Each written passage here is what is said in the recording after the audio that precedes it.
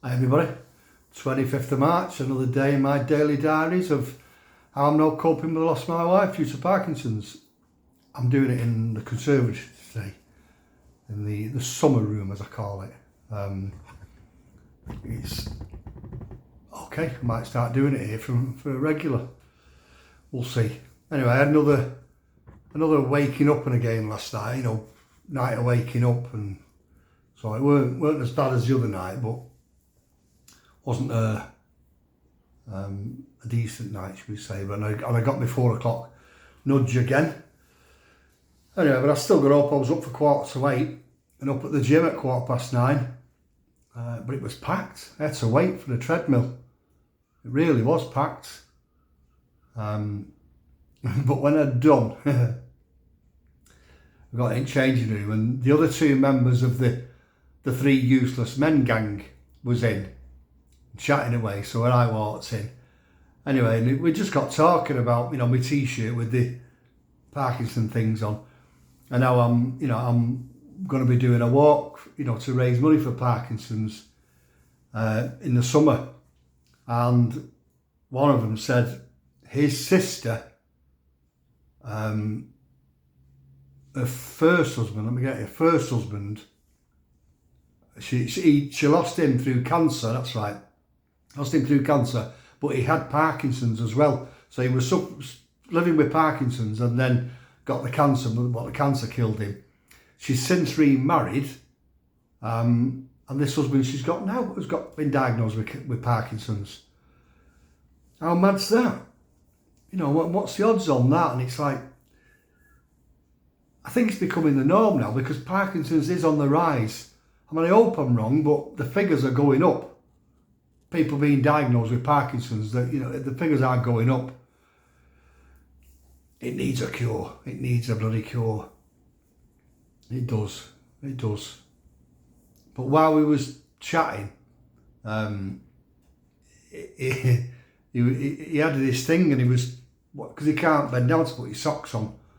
So he's got this contraption when he puts his sock on and puts his foot in, and then put on, it's a weird thing he's got.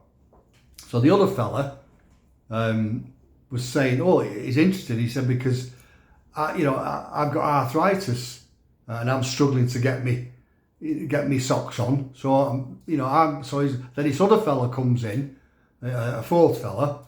He sees the conversation going on. So he said, well, I've got arthritis and I've got some cream. On the first fella says, I've got some cream that I rub in on my arthritis. So they were all there chatting about ailments and illnesses. And I said, I'm waiting on results, from a scan on my knees. It was like something out of bloody Monty Python sketch. It really was. And I thought, afterwards, I remember back in the day when I'd be in the gym and then we'd get in the changing room and we'd be talking about football, wine, women in song, not bloody arthritis cream and a gadget to get me bleeding socks on. Oh no, it just made me giggle afterwards. Anyway, then I came home and I went and did a bit of shopping, and while I was having my coffee in the cafe in Morrison's, I just got thinking again about how I need to, and I am in a lot of ways, but I need to even more start looking at things differently now, especially seeing what that Parkinson, that bastard disease, has done and can do to people and families. And somehow you can have all the plans in the world. You're going to do this and you're going to do that, but then all of a sudden you get hit something side on, like a bloody steam train. It just knocks you completely off your course, off your track, and you can't get back on the track you were on. Nothing you can do about it. It just comes right out of the blue. Because as healthy as Angie was, and she was a very healthy, very fit and able, here, there and everywhere, she was out, very independent. She had no say in what she got hit with. None at all. And none of us have really, when you think about it. So you just don't know what's around the corner. You know, I mean, that includes me. You know, I am 29 now, remember. So I could get it with anything. Anything. I could, Parkinson's, anything I could. You know, which is now, I've given my head a wobble and I've got to start looking at things differently. I'm not putting things off anymore. I need to just get on with doing stuff and not keep saying, oh, I will do, you know, later this year, or I will next year, or after such a date, or such a thing, I will. You know, we all need to do this and just stop putting it off. I mean, we when I say we, I mean me and Angie, we never got to do loads of things that we intended on doing. Even down to moving over here by the coast. Angie always had a reason not to do it just yet, because of this or because of that, or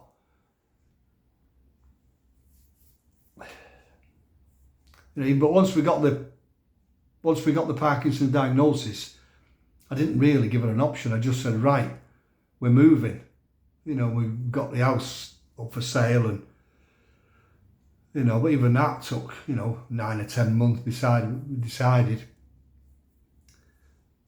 I just said, right, we're moving. We need to take time out now and enjoy our later years together. You know, thinking, you know, we'd be getting 15, 20 years over here. Not bloody 4, not 2, I mean. Because once we moved, you know, we having a discussion once, and even Angie said, we should have done this years ago. You know. And that was without knowing we'd only get a couple of years over here, which, to be honest, weren't the best years anyway. We weren't the years we'd bloody planned on having. Hey, if only. And how many of us have said that? If only. Well, I'm trying to get out of the habit of saying if only now. And what I'm going to start doing. Anyway, right, this walk I'm going to be doing. I've narrowed it down to a few things, but I really want you to do more than a 10k walk. Now, there's one in Nottingham on the 6th of July. Now, that's the day after Angie's birthday, was the 5th of July. There's one in Yorkshire on the 19th of July. These are all 10k walks. Even though I would like to have done I really want to do a longer one. There's one in Sunderland. Now, that's only a 5-mile walk, but it's on the 6th of September, which is our lad's birthday that we lost a few years ago. That's his actual birthday, 6th of September. So my mind's like that. I can also, you know, do, you know, one of them, or you can do I can do my own, you know, or just a walk for Parkinson's. And I don't know, because I was reading one story earlier about some fella who did a coast to coast. I don't intend doing that. My 29-year-old knees won't cope with that. But you know, I could do I could do a, you know, a 15 miles, 20-mile walk if I make my own up. So I need to get my head in gear, because it's April next week. So all these, you got to register with all these walks and get your name put down. Or I can register and say I'm going to do my own, and they'll give me all the info how to go about it. You know, and plan my own walk. I mean, there's enough walks around here now, around the coast. You know, right along up to Fleetwood and right through to Blackpool, further down to St Anne's, Lytham. I don't know how long that is, you see, so I'm going to do some inquiring. Yeah. Right, so that's me ramble done. I'm just looking out there. The wind's terrible. It's been bad all day. I went out on the front earlier on, really strong. I didn't do my long walk. I did a little shuffle of a thing and back off. It nearly blew my wig off. It was that strong. Right, so it's still strong here now. So yeah, I'm going to get off now. I'm going to get my tea. It's 10 to 6. No, I'll go and get my shower and then have my late tea again. And I'll do another one tomorrow. So again, thanks for your comments, all your support. Keep it coming, much appreciated. And I will do another one tomorrow. So as per usual, you take care now. Bye.